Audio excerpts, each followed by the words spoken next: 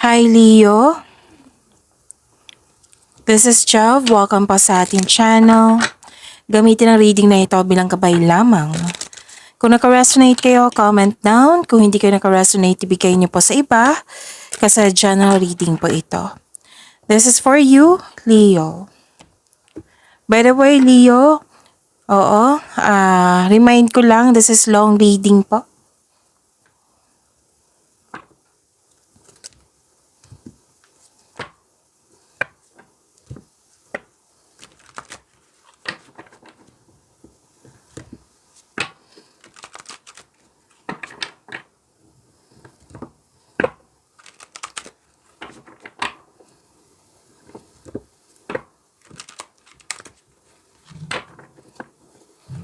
Para po ito sa iyo, Leo, ngayong June 9 to 15, 2025.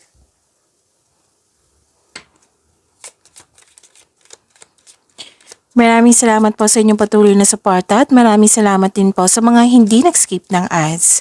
Sa mga hindi pa nag-subscribe, subscribe na po kayo at click bell notification para malaman nyo na may bago tayong video. Para sa mga gusto magpa-reading, comment po kayo ng personal reading. Again, comment kayo ng personal reading and check my reply sa comment section.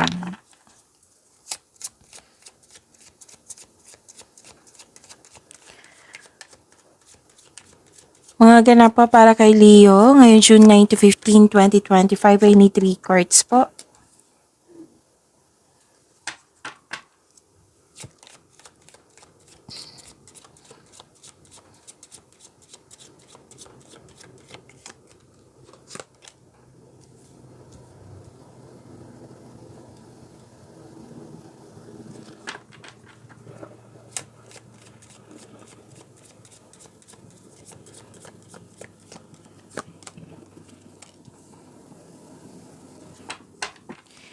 Leo, may dumating na opportunities na kailangan yung gumawa ng desisyon. Kailangan yung pumili, kailangan yung gumawa ng desisyon. May ganap na travel dito? Oo. Pwedeng may importanteng lakad sa week na ito. Pwedeng nakaschedule na. Pwedeng travel. New journey, adventure, or magbakasyon.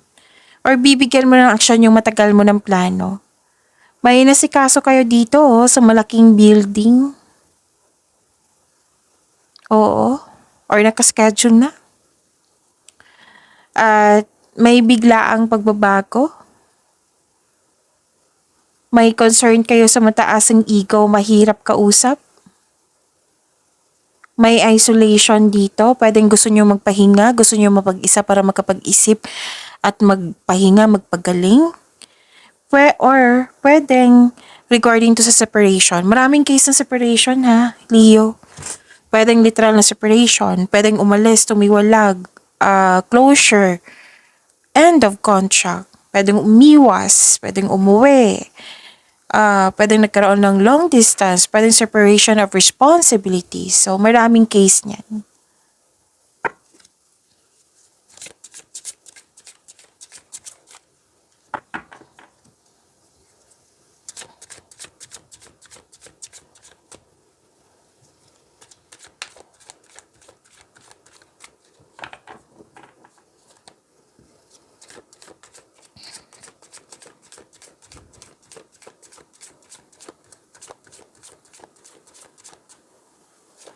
Energy po ni Leo ay June 9 to 15, 2025.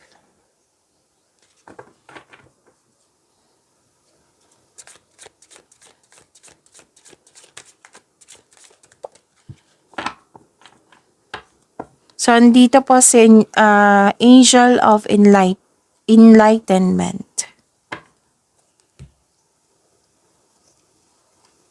Kung may narinig kayo or may nakita kayong repeating message, meaning to say, pinupush ng cards nyo yan. Like for example, nanood kayo ng isang video natin at ngayon sa inyong weekly Kapay Tarot reading at may napansin kayo na repeating message. Yan po yung pinupush ng cards nyo na kailangan nyo bigyan ng atensyon, solusyon, at aksyon kung maaari po. So ano yung energy ni Leo?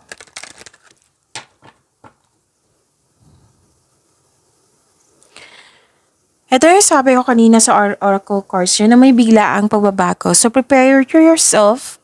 Again, prepare yourself na may biglaang pagbabago. Oh, ito yung unexpected na pangyayari. So, prepare yourself. At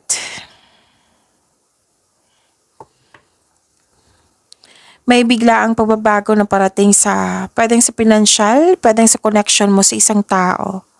A sudden change na hindi ka takot mag-let go. Mas lumawak yung ambisyon mo sa buhay. Oo. Ang darating na pagbabago na ito ay makasuporta sa inyong growth and expansion. So, huwag kayong mag-alala sa pagbabago na ito kasi this is about your growth and expansion. So, always expect the unexpected. Actually, may sekreto dito na parating which may be shocking.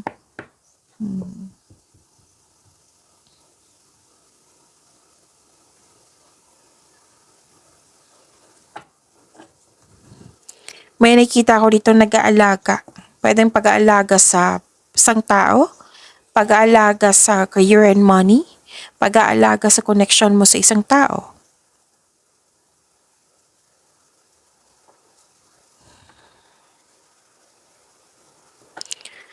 Okay. Maalalahanin kayo, mapag-alaga, mapagmahal.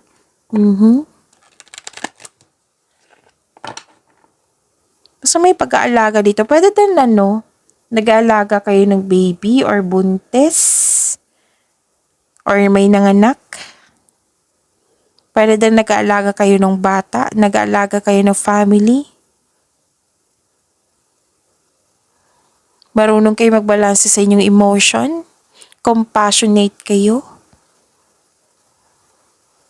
Marami kang naiisip na bagong idea para sa ikakabuti ng inyong buhay. Ang ilan sa inyo dito, nag-enjoy ng home decoration. Ada yung general cleaning to or nagpapalit kayo ng beddings, ganun. Basta nag-enjoy kayo dito. So, ang ilan sa inyo nakatanggap ng message sa pamamagitan ng panaginip po.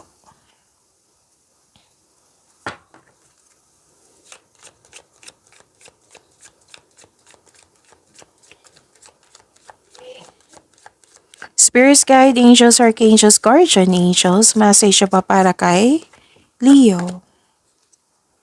Andito po si Archangel Raziel, clairvoyance. I am helping your spiritual side to awaken fully so you can clearly see heavenly love. Wow, heavenly love. Claim niyo po.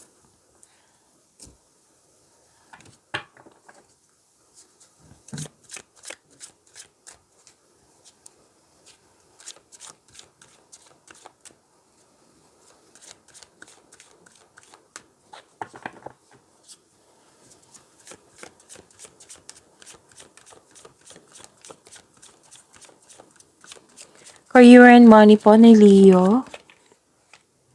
Ay June 9 to 15, 2025.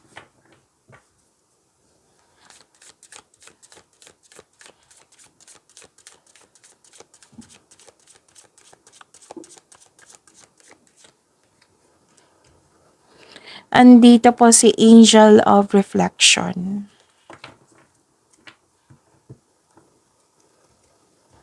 Leo, sa career and money niyo po.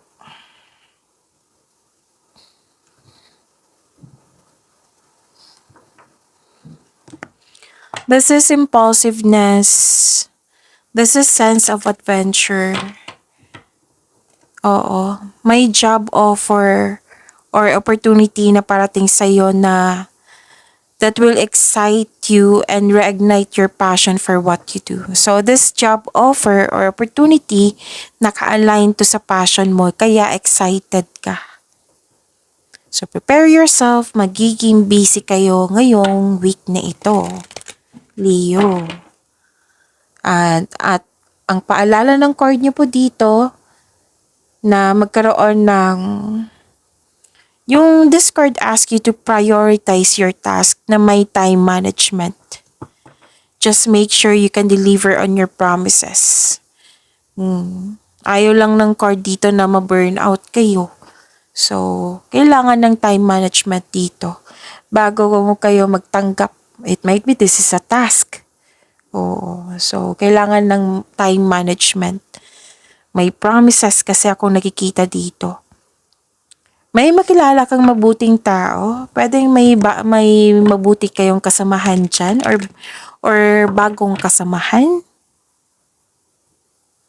May nakita rin ako ditong support. It might be this is you na binigyan mo ng support yung taong ito na mas bata pa sa iyo. Pwedeng kasamahan mo to. Pwedeng family mo ito. Basta bata pa or younger person na may balak kang tulungan siya para makamit niya yung goal niya sa buhay. So, may parating na good news. Oo. Stability and happiness nakikita ko dito. So, claim niyo po. Ang ganda.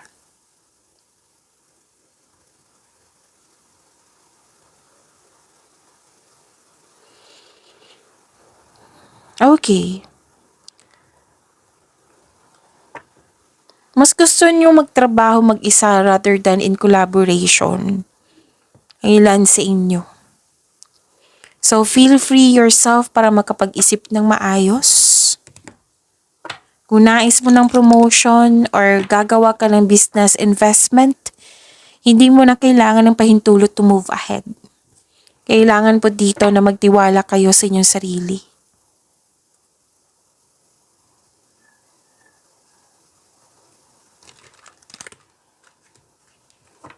So you can restore your energy by spending time with yourself. Gusto niyo mapag-isa talaga. Pwedeng yung sabi ko kanina dito sa oracle cards nyo na 'di ba isolation, gusto niyo mapag-isa para makapag-isip, para magpahinga or magpagaling. Oh. It might be pagod ka dito kasi you want energy. So you can restore your energy by spending time with yourself. Yun nga, para sa pagbalik nyo, restored na yung energy mo. Pwede din naghahanap ka ng sagot sa inyong mga katanungan dito, solusyon sa inyong problema. So, ang sagot ng card nyo dito, all life's answers are within you. Parang perfect time talaga sa inyo na mag-isa. Na maglaan ng oras sa sarili. You want space. Hindi po masamang magkaroon ng space ha. Kasi that is a sign of respect sa inyong sarili. Respect sa inyong mga ginagawa or sa isang tao. For me ha, hindi yan masama yung space. So gusto niyo magkaroon ng time for reflection dito.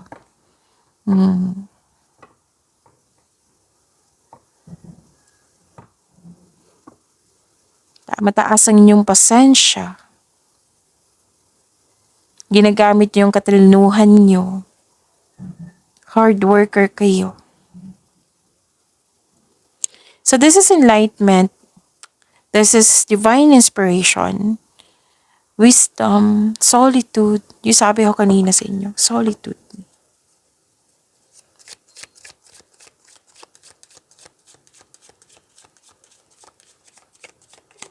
Message for you. Wow, gift. You will discover new talents that will lead to new opportunities. Use opportunities that arise. This is gift from the universe. Oo. May binigay na hidden talent sa inyo na ma-discover nyo. Or magagamit nyo yung talent nyo, hobbies nyo, pandagdag income. So, gumagawa ka ng passive income. Or di kaya, it will lead you to have opportunities ng dahil sa mga skills nyo, hobbies nyo. Kaya gamitin nyo po yung bigay ng universe sa inyo. Okay, Leo?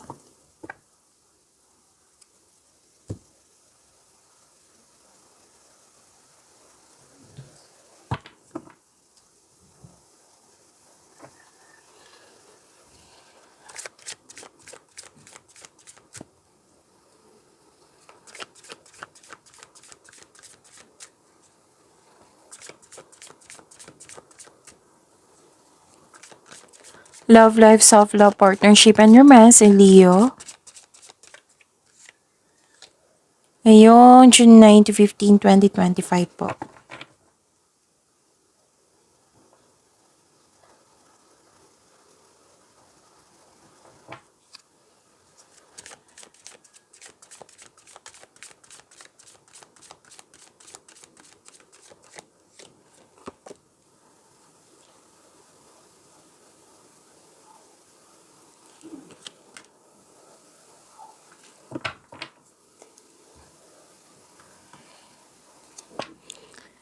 So about your love life, self-love, partnership, and romance. Spend time with the people who inspire and motivate you. May sinasabi din dito na makakatagpo ka ng partner through friends connection. Para sa mga relasyon sa buhay mag-asawa, this card tells you na mas mag-grow pa ang inyong relasyon. May plano nga kayong mag-travel dito or mag-decorate ng bahay. So, nag-clarify din siya dito sa oracle cards niya na may travel. So, you want to spend time with your friends, family na nagbibigay sa iyo ng inspirasyon, motivation.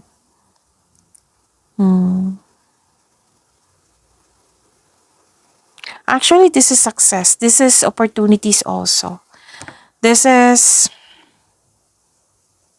okay, so pag next level, it might be may project kayo ha. Oo, kasi may nakita ko din tong you want growth, you want expansion. So, this is an action. Nag-iisip kayo, nagbigay kayo ng action. Oo. Para sa pag-level up nyo. Whether single ka man, may relasyon sa buhay mag-asawa.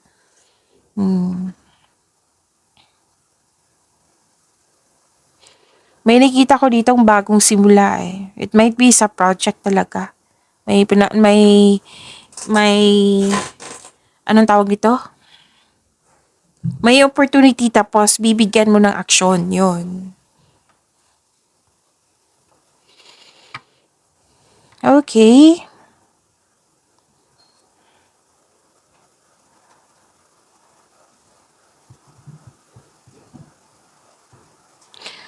Ayaw mo masaktan dito, defensive ka, guarded ka.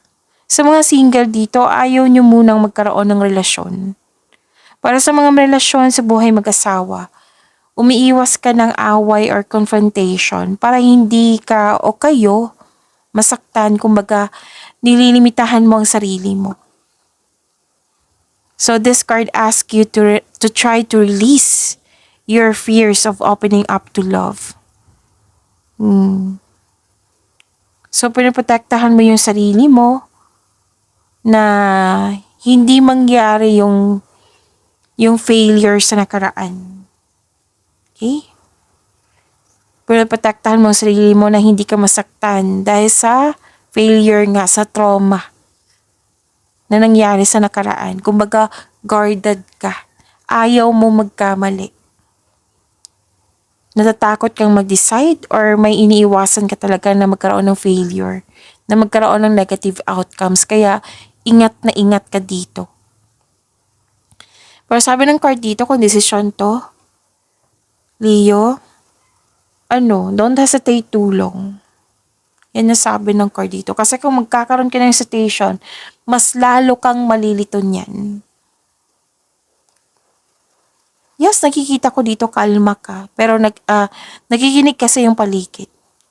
Kaya naging wiser ka dito. Pero yung paalala ng card niyo po ha, don't hesitate tulong. Kasi ang ending niyan, maguguluhan kayo. Pwedeng pipili din kayo. Like for example, may manliligaw kayo, dalawang tao. O, pwedeng nalilito ka na. The best way kung ikaw mismo yung nakikinig sa iyong sitwasyon, yung gagawa talaga ng kilos. Kasi magbibigay ito ng kaginawaan na iyong hinahanap. Kung ikaw mismo yung magbibigay aksyon.